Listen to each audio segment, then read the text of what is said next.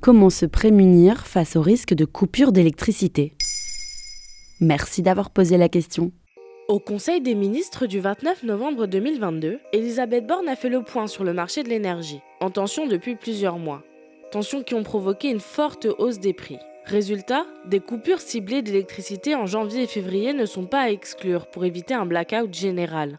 Qu'est-ce qu'il se passe sur le marché de l'électricité ? Tout d'abord, la production d'énergie renouvelable est en retard.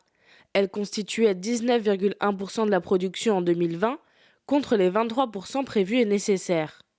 Ensuite, le déficit de production d'électricité nucléaire.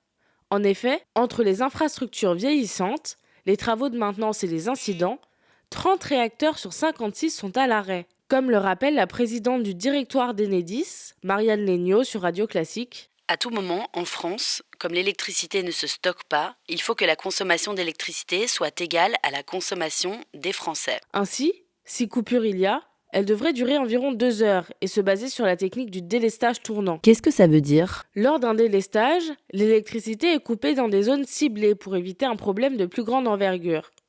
Tout le territoire n'est pas touché en même temps, d'où l'expression de délestage tournant. Le délestage permet d'assurer le bon approvisionnement en électricité des secteurs prioritaires comme les hôpitaux, la signalisation et certaines installations de défense nationale.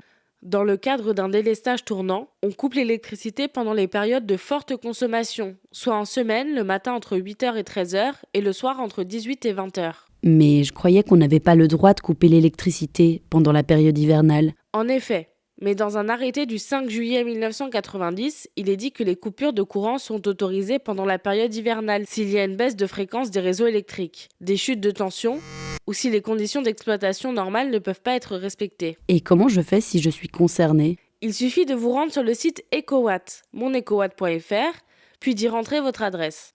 Les dates et horaires des risques de coupure seront annoncés 2 à 3 jours à l'avance, vous permettant ainsi de prendre vos dispositions. Par ailleurs, si la consommation de la zone géographique baisse drastiquement pendant ces 3 jours, la coupure peut ne pas avoir lieu. En revanche, si le site annonce une coupure la veille pour le lendemain, il n'y aura aucun moyen de l'éviter. Pour vous préparer, chargez vos appareils électriques à l'avance, n'ouvrez pas votre congélateur pour conserver la température à l'intérieur, évitez de lancer votre machine à laver ou votre lave-vaisselle, laissez les volets et portails électriques ouverts et prévoyez de quoi manger froid.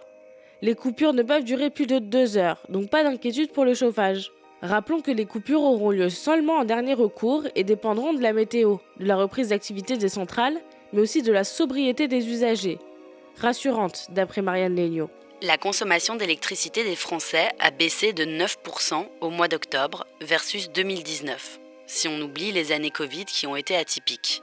Il faudra le confirmer avec la pleine période de chauffage qui commence, mais c'est rassurant. On sent une prise de conscience. Voilà!